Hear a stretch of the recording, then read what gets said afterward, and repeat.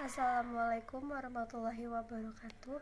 Perkenalkan, nama saya Yuli Prastiawati dari Prodi Hubungan Internasional semester 6.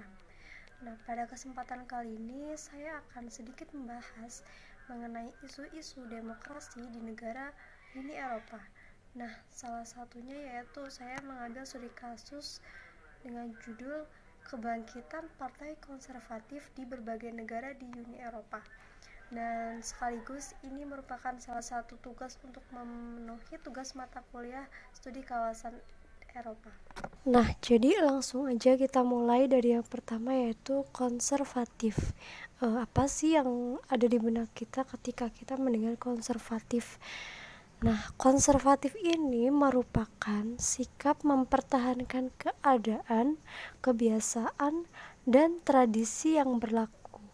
Jadi bisa kita simpulkan bahwa konservatif ini atau kelompok atau partai konservatif ini merupakan sekumpulan orang-orang yang terus tetap mempertahankan politik-politik tradisional yang ada. Jadi mereka terus membudidaya, melestarikan, dan mempertahankan nilai-nilai politik tradisional yang ada sejak dulu sampai saat ini.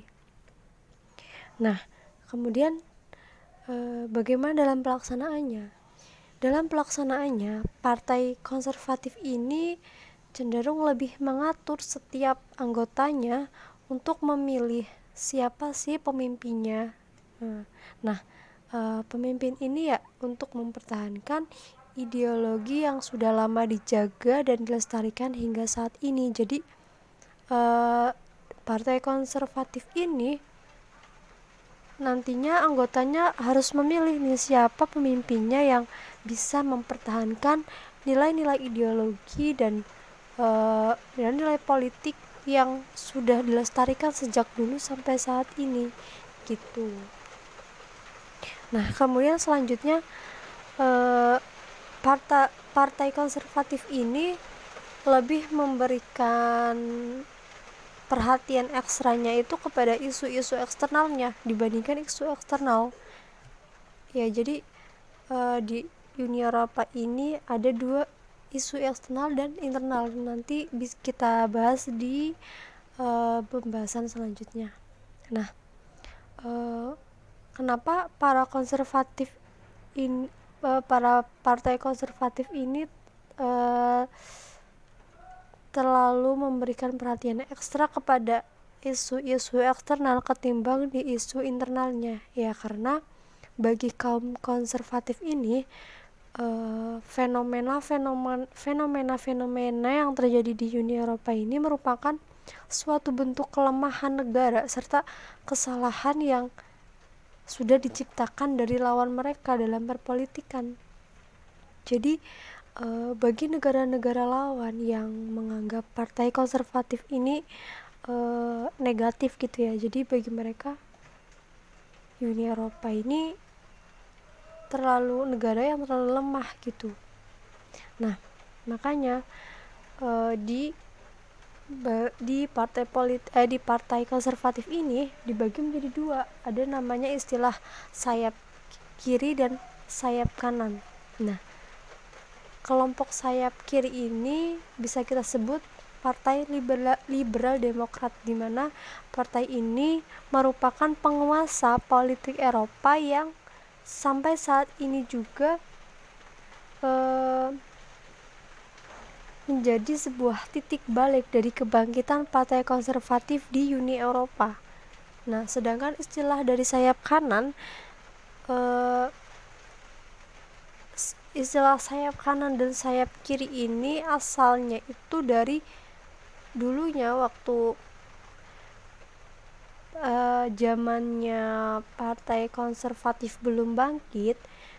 Mereka ini berasal dari istilah sayap kanan dan sayap kiri ini asalnya dari pengaturan tempat duduk dari para dewan legislatif dari masa revolusi Perancis yang ketika adanya kaum monarkis mendukung Anin rezim. Nah, kenapa disebut kaum kanan atau sayap kanan? Karena mereka ini duduknya di sebelah kanan di ruangan Dewan Legislatif. Jadi ibaratnya kayak blok kanan dan blok kiri gitu. Nah, tapi sampai saat ini istilah sayap kanan dan sayap kiri ini udah nggak ada. Jadi istilah tersebut ya berubah sesuai waktu, sesuai sudut pandang pembicara. Jadi ya sesuai zamannya gitu. Jadi pada zaman Revolusi Prancis dahulu istilahnya itu untuk membedakan gitu, jadi pakainya sayap kanan dan sayap kiri. Nah, kemudian lambat laun tahun berganti, kemudian sampai pada awal tahun 2000-an kelompok konservatif ini sepertinya terlihat menurun nih dari segi dunia perpolitikan di Uni Eropanya. Nah, dengan terjadinya ya ketika dilihat, wah ternyata kelompok konservatif ini daya saingnya atau dari dunia perpolitikannya itu lemah, menurun. Nah, dari situ terjadilah para petinggi-petinggi di partai konservatifnya ini memunculkan atau istilahnya kayak menjadikan permasalahan-permasalahan yang terjadi ini sebagai titik balik di mana masyarakat Eropa membutuhkan kembali sosok-sosok pemimpin yang konservatif serta dapat menyelesaikan permasalahan yang ada. Nah, terlebih ada tadi fenomena yang adanya sayap kanan dan sayap kiri. Nah, jadi ketika kelompok konservatif ini terlihat menurun, lemah dalam perpolitikannya, petinggi-petinggi di partai konservatifnya ini memantau, melihat bahwa ini merupakan salah satu bentuk permasalahan di mana bahwa ini tuh ternyata bentuk dari mana masyarakat Eropa yang sedang membutuhkan kembali sosok-sosok pemimpin yang konservatif, di mana pemimpin ini bisa menyelesaikan permasalahan yang ada. Apalagi ada fenomena yang namanya tadi sayap kanan dan sayap kiri, istilahnya membedakan kan, memblok yang baik dan yang buruk itu. Nah, kemudian dari persoalan itu muncullah dari masyarakat di Eropa, dari kaum konservatif ini muncullah sikap nasionalisme dan etnisitas di Eropa. Nah, sikap kedua itu muncul melalui yang pertama yaitu isu nasional, di mana adanya yang pertama itu kan isu nasional. Jadi karena adanya permasalahan-permasalahan tersebut muncullah sikap nasionalisme dan etnisitas. Nah, sikap kedua itu muncul dari dua isu. Yang pertama isu nasionalisme dan isu etnisitas. Jadi etnisitas ini merupakan persaingan ideologi antara masyarakat asli Eropa melawan para pendatang yang masuk ke Eropa. Nah, jadi ketika masyarakat lokal ini terus ada penduduk baru masuk ke Eropa, nah mereka itu saling bertentangan gitu, jadi kayak saling melawan. Nah, si pendatangnya ini nggak serta-merta memberikan dampak negatif ketika mereka masuk ke wilayah Eropa. Jadi intinya pendatang yang masuk ke Eropa ini juga membawa dampak yang dramatis bagi perkembangan di Eropa. Nah, di mana Eropa ini tidak sengaja terbagi dalam dua ideologi yang bertolak belakang. Namun bertolak belakang kan berarti istilahnya kayak negatif gitu ya, tapi di sisi lain terjadi adanya Eropa ini berkembang gitu menjadi dua kultur dengan kekuatan ekonomi dan kondisi sosial yang berbeda. Akhirnya kan negara Eropa ini punya kulturasi yang bermacam-macam. Jadi istilahnya satu negara dipecah jadi beberapa budaya. Yang tadinya ada satu budaya, kemudian ada pendatang, akhirnya jadi banyak budaya kan di situ. Kemudian setelah kita mengetahui latar belakang dari partai konservatif, sekarang kita mengetahui apa saja sih faktor yang melatar belakangi kebangkitannya kebangkitannya partai konservatif di Eropa. Nah, yang pertama ada dari faktor internal. Nah, dari faktor internal dibagi lagi menjadi beberapa poin. Yang pertama, faktor internalnya yaitu meningkatnya pengangguran. Nah, karena adanya sikap skeptis masyarakat Eropa kepada Uni Eropa yang hal inilah yang menyebabkan adanya peningkatan angka pengangguran di negara-negara Eropa. Jadi setelah banyaknya permasalahan yang terjadi di internal Uni Eropa ini menjadikan proses awal bagi para kelompok sayap kanan dalam mempersiapkan kebangkitan partai-partai konservatif di Eropa pada tahun 2016 tersebut. Nah, jadi dengan adanya permasalahan di negara Eropa inilah para tokoh politik konservatif ini menjadikan momentum tersebut sebagai antisipasi perpolitikan yang telah lama terpuruk. Jadi secara nggak langsung para politik konservatif ini memanfaatkan keadaan di Eropa, di mana ketika negara Eropa mengalami banyak permasalahan, nah si para tokoh politik konservatif ini memanfaatkan keadaan tersebut. Tuh. Kemudian faktor internal yang kedua yaitu kebijakan pengetatan anggaran atau bisa kita sebut austerity. Nah, munculnya kebijakan austerity ini atau pengetatan anggaran di Uni Eropa ini sangat berdampak kepada sikap anti-euro di Uni Eropa. Jadi apa sih kebijakan austerity ini? Jadi kebijakan pengetatan anggaran adalah sebuah kebijakan yang dikeluarkan oleh konstitusi Eropa dalam menekan permasalahan-permasalahan yang terjadi di Uni Eropa. Nah, melalui pengetatan tersebutlah ada serangkaian kebijakan ekonomi yang diterapkan dengan tujuan mengurangi defisit anggaran pemerintah. Nah, pengetatan anggaran ini meliputi pemangkasan belanja, peningkatan pajak, ataupun campuran keduanya. Nah, jadi austerity atau kebijakan pengetatan anggaran ini bisa dimaknai sebagai kebijakan pemangkasan belanja negara yang dibarengi dengan kenaikan pajak dalam rangka menekan defisit negara. Jadi biar defisit negaranya itu nggak naik turun, biar stabil gitu. Jadi kemudian kebijakan pengetatan anggaran ini juga dianggap oleh sebagian kalangan itu hanya akan memperburuk krisis ekonomi Eropa, khususnya pada persoalan krisis utang dan perbankan. Nah, menurut penganut Keynesian, mereka ini meyakini bahwa krisis ekonomi ini hanya bisa diatasi dengan mengelontarkan stimulus fiskal dengan menggenjot belanja negara untuk menggerakkan ekonomi. Nah, kemudian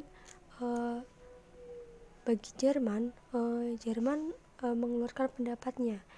Menurut Jerman, di mana Jerman yang merupakan perekonomian terkuat di zona euro, Jerman ini menentang kepada pengguna stimulus karena stimulus fiskal ini hanyalah bisa dilakukan dengan cara menambah utang. Jadi bukannya mengatasi krisis utang, tetapi menambah utang, dan akan semakin memperparah krisis utang di Eropa.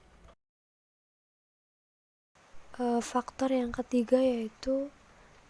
internal yang ketiga yaitu anti-euro. Nah, saat ini isu lain yang menjadi masalah internal di Eropa pada tahun 2010 hingga 2016 itu ialah munculnya gerakan anti-Eropa yang semakin kuat. Nah, hal tersebut dikarenakan banyaknya kekecewaan yang timbul di kalangan masyarakat Eropa akan kebijakan-kebijakan yang dibuat gitu. Jadi mereka kecewa bahwa kebijakan itu tidak adil dan sebagainya.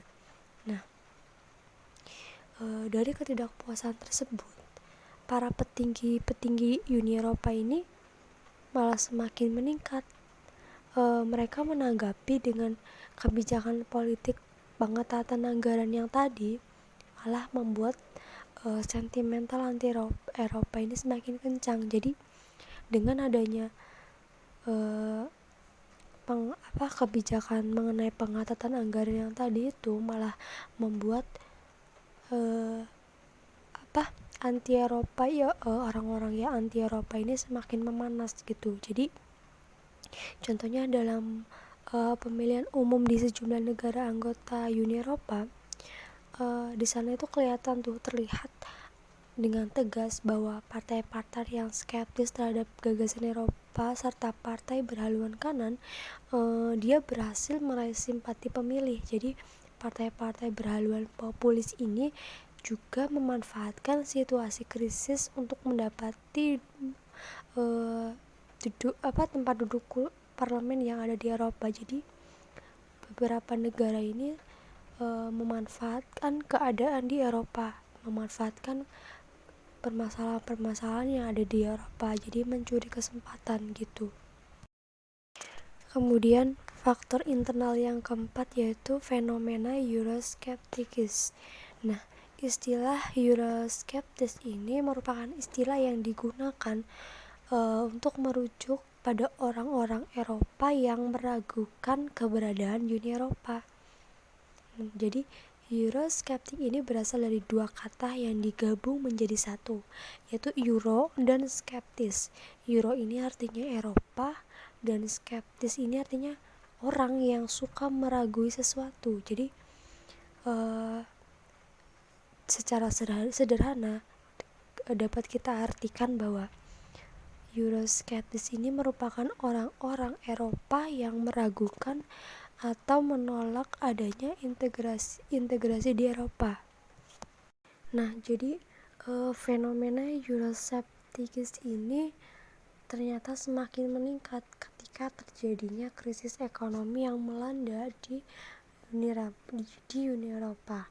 Jadi karena hal tersebut, rakyat Eropa sekarang mulai menyalahkan salah satu bank atas intervensi yang dilakukan dalam mengatur kebijakan fiskal negaranya. Contohnya seperti kebijakan mengenai standar pembayaran pajak, upah pensiun, hingga lapangan pekerja. Nah, jadi hal ini tuh mereka nganggap kebijakan tersebut tidak sesuai dengan asas demokrasi. Nah, kenapa mereka nganggap itu nggak sesuai asas demokrasi? Karena anggota-anggota parlemen Uni Eropa yang membuat kebijakan tersebut pada dasarnya mereka ini tidak dipilih secara langsung oleh rakyat Uni Eropa itu sendiri, melainkan oleh politikus elit di pemerintah. Jadi mereka itu milihnya istilahnya nggak suara terbuka gitu. Kemudian selain adanya persoalan faktor internal, ada juga persoalan isu eksternalnya, yaitu yang pertama, meningkatnya imigran non-Eropa.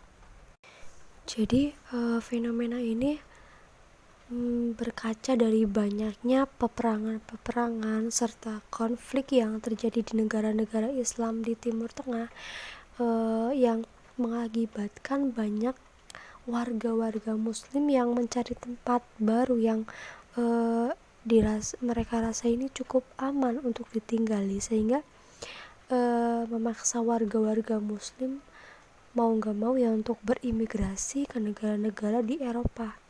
Nah, jadi dari kejadian tersebutlah bisa berkaitan juga dengan konsep gerakan sosial, di mana konsep tersebut menggambarkan mengenai resistensi suatu kaum atau kelompok yang memperjuangkan tidak hanya isu politik, isu sosial dan ekonomi, tapi juga mencakup isu HAM dan kebebasan individu. Dari mana hal ini juga sangat berpengaruh pada globalisasi dan lain sebagainya. Kemudian faktor eksternal yang kedua yaitu serangan kelompok-kelompok militan Islam. Jadi setelah banyaknya serangan yang dilancarkan oleh kelompok-kelompok militan Islam ini dalam memerangi perilaku diskriminasi pemerintah Prancis juga menjadi salah satu indikator di mana penyebab kelompok sayap kanan dapat kembali menguasai percaturan politik di negara-negara Eropa. Nah, contohnya seperti programnya Marine Le Pen yang ada 144 program. Nah, di program tersebut Marine Le Pen ini berharap agar seluruh masyarakat di Eropa dapat mengikuti programnya. Nah, si Marine Le Pen ini bilang sama seluruh media di Eropa bahwa dia ini akan memprovokasikan seluruh masyarakat Perancis dengan aksi serangan. Dia bilang bahwa ekstremisme Islam ini harus dihancurkan. Nah, dengan cara tersebut dia jadi mendapat dukungan penuh dari masyarakat Eropa.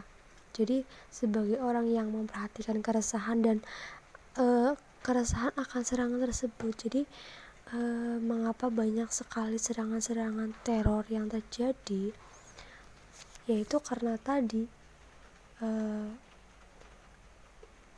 dari cara liciknya para tokoh konservasi di Eropa untuk menguasai kembali gitu.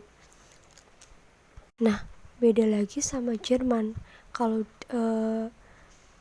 Partai Alternatif untuk Jerman atau AfD di Jerman ini lebih memilih cara dalam memanfaatkan serangan-serangan teror yang terjadi di hampir seluruh kota terbesar di negara-negara Eropa.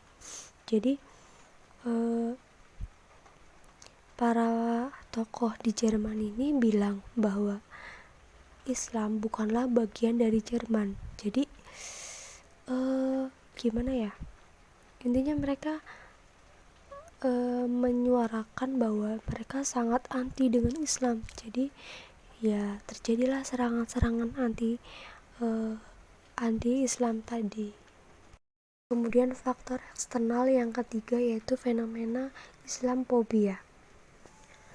Nah, ada salah satu tokoh menurut Muhammad Qabil Ainul Arif, beliau menulis dalam bukunya yang berjudul Politik Islamophobia Europe. Dalam bukunya menyatakan bahwa Islamophobia ini merupakan suatu perasaan ketakutan atau kebencian terhadap Islam, orang-orang Islam maupun budaya Islam. Nah, contoh bentuk dari fenomena Islamophobia ini contohnya dari Eropa, di Partai British National Party di Inggris. Nah, dia ini menggunakan isu-isu Islam ini sebagai kampanye politiknya.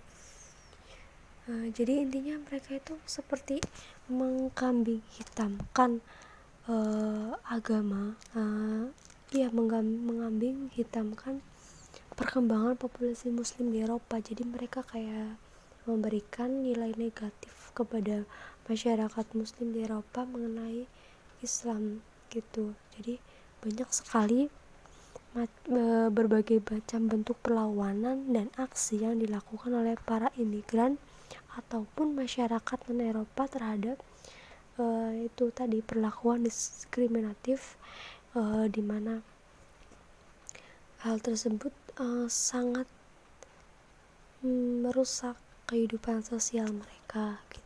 Nah, ada salah satu tokoh yang bernama Tilly. Beliau menegaskan bahwa gerakan sosial sebagai rangkaian interaksi berkelanjutan antara otoritas dengan para penantangnya yang membuat tuntutan-tuntutan berdasarkan kepentingan konstitusi dengan preferensi khusus. Jadi di sini tuntutan-tuntutan yang dimaksud ini adalah perasaan akan perlindungan hukum yang jelas dalam lembaga Uni Eropa guna untuk mengawasi serta mendukung perlindungan HAM di Uni Eropa. Jadi yang terakhir kesimpulan bahwa banyak sekali negara yang mengambil keuntungan dari masalah-masalah yang terjadi di Uni Eropa. Semua permasalahan tersebut ini banyak sekali faktornya ya, jadi tidak hanya dari internal tapi juga dari eksternal. Nah, jadi dengan adanya permasalahan yang terjadi di Uni Eropa itulah yang menjadi senjata utama bagi partai konservatif untuk mendapatkan kembali dukungan masyarakatnya di Uni Eropa.